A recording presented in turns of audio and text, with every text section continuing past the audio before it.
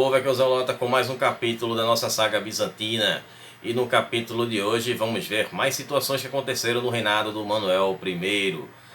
Vamos ter batalhas que aconteceram nas fronteiras dos Balcãs contra os sérvios e os húngaros. Teremos as relações com os russos, que terão aí uma relação direta com o que vai acontecer nessas batalhas dos Balcãs. E também a tentativa de conquistar o Egito Fatímida, com uma aliança com o reinado de Jerusalém. Vai ser bem interessante essa história desse vídeo de hoje, hein? Mas antes de eu contar essa história para vocês, eu peço a todos que dêem um tapota do like, compartilhem com os amigos, que ajude demais o canal a crescer, valorize o meu trabalho. Vocês que são novos aqui, sejam muito bem-vindos. Eu trago muito conteúdo de antiguidade e essa é a saga bizantina, onde eu conto a história de todos os imperadores e usurpadores bizantinos. Portanto, eu recomendo que, se você está assistindo a esse vídeo agora, que é o Guia de Paraquedas, assistam aos vídeos anteriores para poder entender melhor a história. Ou então vocês podem assistir a qualquer outro dos vídeos que estão na videoteca do Zelota, com várias sagas e mini-sagas, com povos do Oriente, com os bárbaros germânicos, com povos na África e também do Extremo Oriente. Então tem muito conteúdo interessante para vocês darem uma conferida lá. Me sigam também no Instagram, @Zelota, para vocês ficarem sabendo das novidades do canal, participarem das enquetes e assistirem um quadro do Curta com Zelota, que é um conteúdo extra que eu posto lá no IGTV. Vídeos todas as quartas às 20 horas com os especiais e nos sábados às 17 horas com a saga bizantina. Sempre com a metodologia nada ortodoxa, com muitas imagens, muito conteúdo, sem enrolação. Vamos ver o que aconteceu nos Balcãs.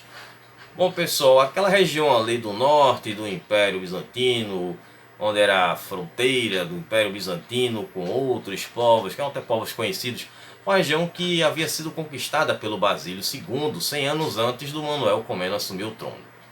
Então Manuel, ele fazia só aquelas campanhas de manutenção do território, até porque quem vivia ali eram os húngaros e os sérvios, com quem os bizantinos mantinham boas relações desde 1129.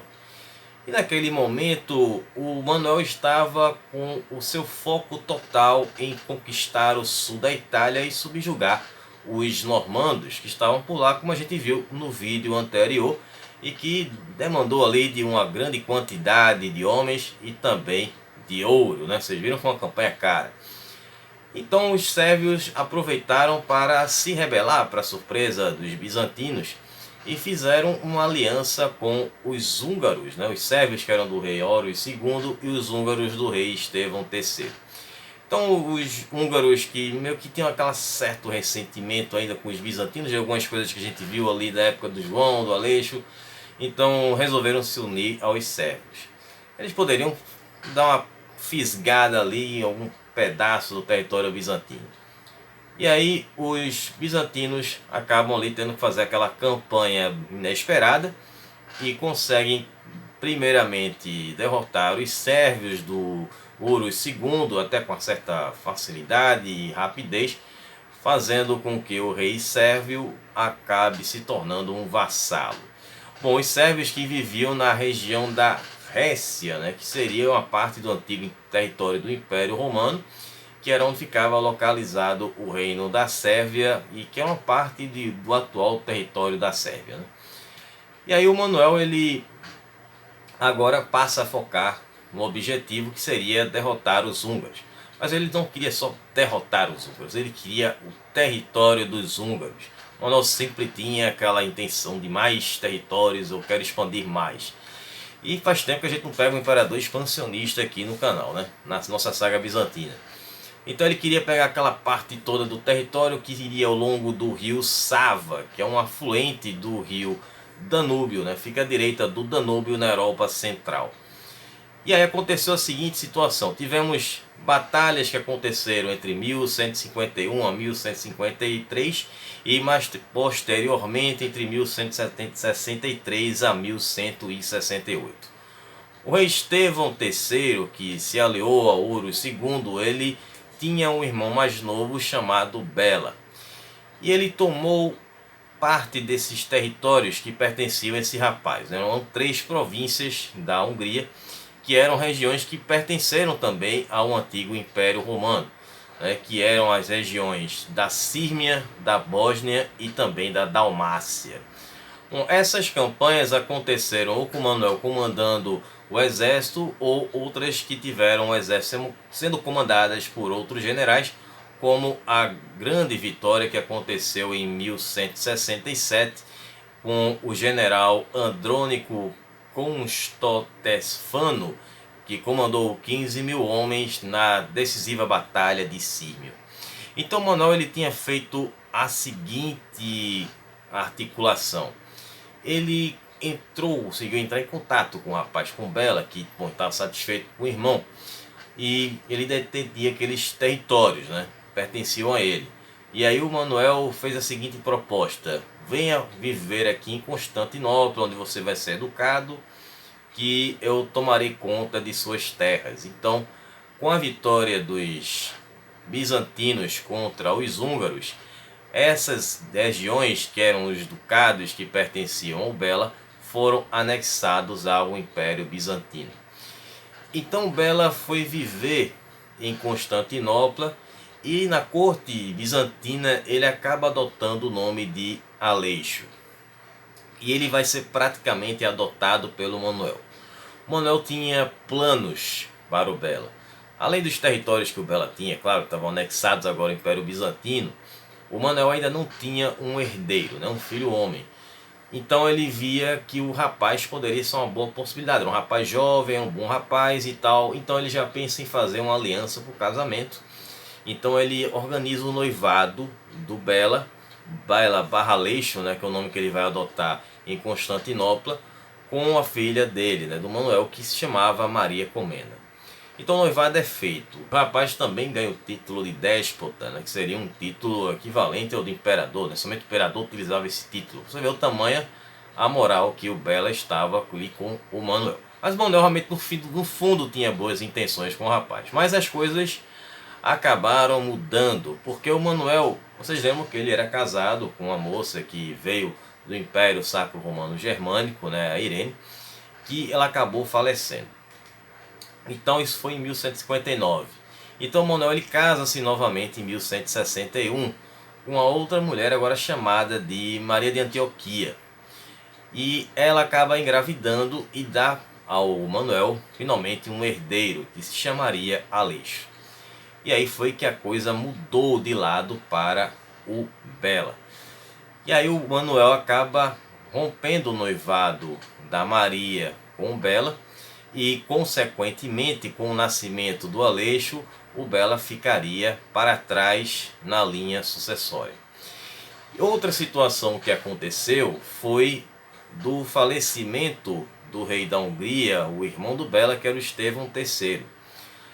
E aí tem uma versão que conta, né, que os partidários do Bela queriam que o Bela voltasse para a Hungria e que ele reinasse o seu povo. Então Bela acabou voltando para a Hungria. Mas antes de voltar para a Hungria, claro que o Manuel não iria deixar o rapaz embora assim, sem nada. Então também não queria perder, né, as suas ligações com o Bela. Então ele casou o Bela com a sua cunhada, que se chamava Inês de Antioquia, que era irmã da Maria de Antioquia. E claro que era daquela família do Rinaldo de Poitiers, né? Lembra do Rinaldo de Poitiers lá de Antioquia, né? E aí aconteceu que o Bela se casa com essa moça e se torna o rei da Hungria com o nome de Bela III da Hungria. E antes de ir embora ele jura ali a sua amizade, a sua lealdade aos bizantinos, manteria em mente o Manuel e também os interesses dos bizantinos, e que ele nunca apoiaria os sérvios caso os sérvios voltassem a aprontar novamente. Então Bela manteve a palavra dele durante todo o reinado do Manuel, e o Manuel também nunca requisitou aqueles territórios que pertenciam ao Bela, que ele estava ali, que ele tinha anexado ao Império Bizantino. Aqueles territórios foram reincorporados ao reino da Hungria, que agora tinha ali um rei aliado, que era o Bela III. E agora a situação com os russos. Bom, essa situação acontece meio paralelamente ao que a gente estava vendo agora, com relação ao que aconteceu lá também na Hungria. Como a gente viu, tivemos duas grandes guerras contra os húngaros. E aí o Manuel ele tentou fazer uma estratégia diplomática meio semelhante à que ele fez com o Bela. Isso vai causar uma confusão com os russos. Existiam 3 príncipes russos ali no final da década de 1140 e que eram postulantes ao trono. E esses 3 príncipes eles acabam ali ficando meio que divididos entre alguns que apoiavam os bizantinos e outros que eram anti-Constantinopla. E aí o primeiro desses príncipes era o Yazislav II de Kiev, que tinha parentesco com Geza II da Hungria. Então esse era hostil a Bizâncio. O outro era o Jorge I de Kiev, que era já um aliado do Manuel. E o terceiro era o Vladimirko da Galícia, que era descrito até como um vassalo de Bizâncio. A região da Galícia era uma região situada entre o norte e o nordeste da Hungria. Então, estrategicamente, era um local muito importante para que o Manuel pudesse utilizar para invadir a Hungria. Então, mais importante ainda, ele ter uma boa relação com o Vladimir. Mas aí aconteceu o seguinte: o Yaslav e o Vladimirko faleceram. Então, a situação se inverteu para o Manuel.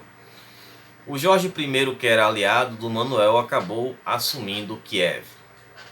E o Yaroslav, que era filho do Vladimirko, ele assumiu a Galícia. Só que ele, diferente do pai, adotou uma postura pró-húngara. E aí aconteceu o seguinte: o Andrônico Comneno, que era filho do Isaac Comneno e era sobrinho do Manuel, ele tentou fazer uma usurpação, né? Se envolveu nessa situação aí e acabou sendo preso. E aí no ano de 1165 ele acabou conseguindo fugir da prisão em Constantinopla e acaba indo para a corte de Yaroslav na Galícia. Então essa situação gerou uma tensão em Constantinopla, com uma tentativa de usurpação do Andrônico, tendo o apoio dos húngaros e dos russos. Imagine como era tenso isso. Então Manuel utilizou a sua diplomacia, herdada do Aleixo e do João, e ali conversou com o Andrônico, perdoando pela tentativa de usurpação e permitiu que ele retornasse para Constantinopla. E aí uma embaixada foi enviada para Kiev, que era governada pelo príncipe Rostislav de Kiev. E aí resultou em um tratado que foi favorável para os bizantinos, inclusive com os russos cedendo tropas auxiliares para o império. Yaroslav acabou também sendo persuadido a romper suas relações com os húngaros e se unir aos bizantinos. A retomada das boas relações com a Galícia permitiram que o Manuel fizesse o grande ataque dele contra os húngaros em 1166, enviando 2 exércitos que cruzaram o território russo para atacar os húngaros. Então as tropas húngaras elas ficavam concentradas nas províncias de Sírmio e de Belgrado. Então Manuel ele pegou os húngaros de surpresa, devastando a província da Transilvânia. A relação com a Galícia permaneceu firme por muito tempo. Inclusive existe registro que em 1200 os russos ajudaram os bizantinos em uma batalha contra os cumanos. Bom, agora vamos ver a tentativa da invasão ao Egito Fatímida, tendo ali uma aliança com o reino de Jerusalém. Bom, o controle do Egito era um grande sonho para o rei de Jerusalém, que era o Almarico I. Então ele precisaria de todo o apoio militar, financeiro, tudo o que ele pudesse conseguir. Então, para ele conseguir fazer uma campanha audaciosa como essa, ele precisaria de um cara que também tinha uma mentalidade audaciosa, e era o Manuel. Então ele tinha que fazer essa aliança com o Manuel. E aí em 1165 ele mandou uma comitiva para Constantinopla para tentar fazer uma aliança de casamento. Mas o Manuel já havia se casado, como a gente já viu, em 1161, que ele casou-se com a sua segunda esposa, Maria de Antioquia. A sua primeira esposa, a Irene, tinha falecido em 1159, o que deixou o Manuel devastado, apesar de que dizem que ele gostava muito de pular a cerca, mas enfim, é diferente do pai dele, né? Mas aí... E aí ele não, pô, o Manuel não iria casar novamente, né, pela terceira vez. Inclusive a Maria era prima do Almarico. E aí, sem esse casamento ser feito, não conseguiu arrumar nenhuma aliança, o Almarico teve que esperar 2 anos para uma nova tentativa. Então o Almarico acabou casando-se com Maria Comnena, que era sobrinha neta do Manuel. E aí ele jurou tudo o que o irmão dele e antecessor, que era o Balduíno III, havia prometido aos bizantinos. Então a aliança foi formada em 1168 e o Manuel e o Almarico já estavam planejando como iriam dividir o Egito entre eles, né, que estava ocupado ali pelo Califado Fatímida. E aí o Manuel planejava ficar com a parte costeira e o Almarico com o interior. E aí em 1169 foi enviada a grande expedição para o Egito. O Manuel enviou um exército bizantino grandioso, com uma força naval de 20 grandes navios de guerra, 150 galés e 60 navios de transporte que levaria os cavalos. Bom, os bizantinos não faziam uma campanha como essa desde a tentativa de conquistar a Sicília 120 anos antes. O Egito seria uma conquista fundamental tanto para os Estados Cruzados, como também era importante para as potências islâmicas. E aí o Califado Fatímida estava enfraquecido, então reconquistar o Egito, que havia sido perdido pelos bizantinos para os árabes desde o século VII, seria de grande valia para o Império Bizantino, mesmo sendo dividido com o reino de Jerusalém. E aí o Manuel também teria do Almarico uma dívida com ele, que ele poderia usar essa carta na manga quando ele quisesse tentar invadir outros territórios. Ele utilizaria essa aliança com o Almarico. Claro que eles teriam que dividir território, mas tudo bem. Bom, aí o que aconteceu na expedição? Bom, as forças conjuntas entre os bizantinos e os cruzados sitiaram a cidade de Damietta, que isso foi no Egito no dia 27 de outubro de 1169. Aí o cerco acabou sendo um fracasso, pois os dois exércitos não conseguiram trabalhar em conjunto. De acordo com as fontes bizantinas, o Almarico não queria dividir os lucros da vitória e prolongou a campanha até que os homens de Manuel ficassem sem provisões e fossem afetados pela fome. Depois o Almarico lançou um ataque contra a cidade de Damietta, mas depois acabou cancelando esse ataque e tentou fazer um acordo de paz. Já ao lado dos cruzados de Jerusalém, dizem que os bizantinos é que tiraram o corpo fora. Mas segundo a história contada pelo Guilherme de Tiro, essa campanha acabou sendo afetada por uma grande quantidade de chuva que veio num período de chuva e que ambos os exércitos tiveram que retornar para casa. E no meio dessa viagem, uma tempestade acabou pegando metade da tropa bizantina que se perdeu no caminho. Apesar do sentimento de fracasso do que aconteceu em Damietta, o Almarico ele não desistiu de conquistar o Egito. Então ele buscou manter boas relações com os bizantinos para uma nova tentativa e um ataque conjunto, mas que não viria a acontecer novamente. Em 1171, Almarico foi até Constantinopla, depois que o Egito acabou caindo nas mãos do grande Saladino, né, personagem conhecido. Inclusive o Reinaldo de Chatillon, que a gente viu no vídeos anteriores aí, acabou perdendo a cabeça aí nas mãos do Saladino, literalmente.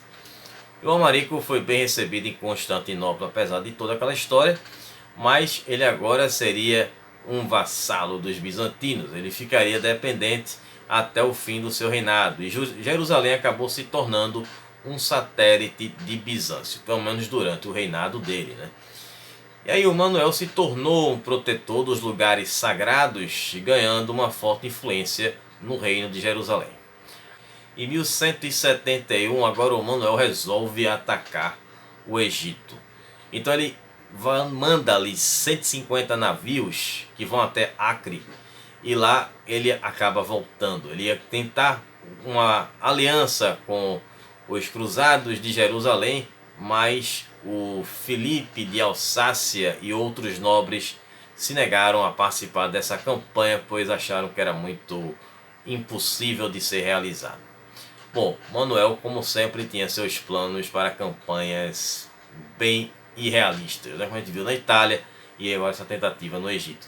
Mas realmente não deram certo por detalhes que foram mais de ego de certas pessoas que não tiveram nem relação diretamente com ele, não foi o próprio Manuel, mas pessoas a quem ele delegou ali de atuarem acabaram sabotando essas grandes campanhas que poderiam ter dado certo e o Império Bizantino ter tido ali a Itália e o Egito fazendo parte do seu território. Imaginem como teria sido.